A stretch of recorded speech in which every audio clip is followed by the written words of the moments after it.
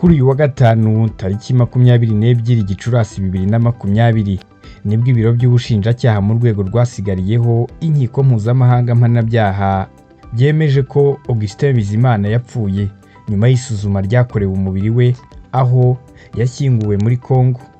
Bizimana wari umwe mu bayobozi bakuru muri jenoside yakorewe abatutsi mu 1994 ndetse akaba yarabaye na minisitiri w'ingabo muri guverinoma y'inzibacyuho aho yashakishwaga ku mpapuro yashyiriweho n'urukiko mpuzamahanga mpanabyaha rwashyiriweho u Rwanda ICTR mu 1998.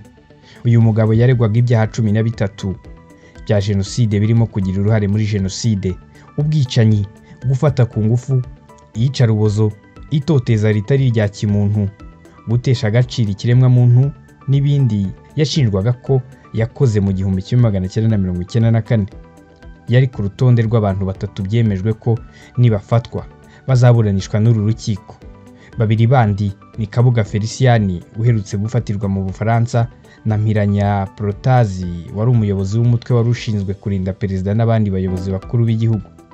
Ibiro by'umushinjacyaha byavuze ko kwemeza uru rupfu ari umusaruro w'iperereza ryakorwaga n'ibiro by'umushinjacyaha hifashishijwe ikoranabuhanga rihambaye no kugenzura ahantu hatandukanye ryanagizwemo uruhare n'inzego zo mu Rwanda, Repubulika ya Congo, Ubuholandi na Leta Zunze Ubumwe za Amerika.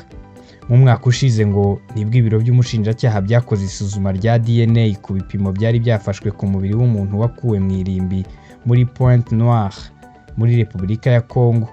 Nyuma y'igereranya ry'ibimenyetso basanga ari uwundi muntu. Itangazo rikomeza rivuga ko ngo ibiro byakoze igereranya ry'ibindi bimenyetso bijyanye n'urupfu rwa Bizimana bijyanye n'ibyo. Ibiro bikemeza ko uyu munsi ko Augustin Bizimana yapfuye.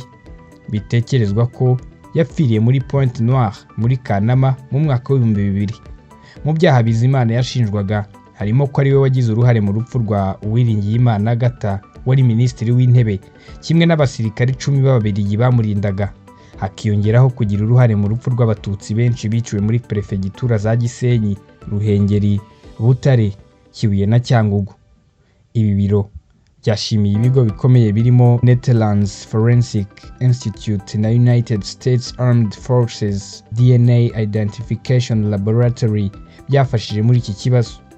Ibiro by'umushinjacyaha byakomeje bivuga ko hamwe n'ifatwa rya Felicien Kabuga ku wa gatandatu w'icyumweru gishize nibyemejwe uyu munsi, ibiro by'umushinjacyaha bimaze kubona babiri muri batatu bakomeye bakekwagaho jenoside bihishahishaga bashyiriweho impapuro za ICTR zisaba ko bafatwa.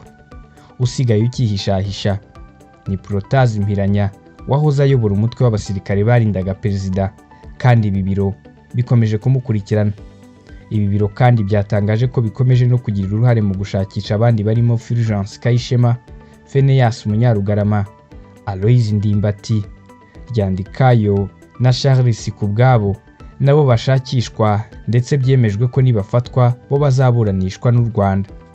Ibi biro byasabye ibihugu byose bihurira mu muryango w'abibumbye gufatanyiriza hamwe kugira ngo nabo bagishakishwa batabwe muri yombi baryozwe ibyo bakoze. Simeon Muhumuza, One Nation Radio, i Kigali.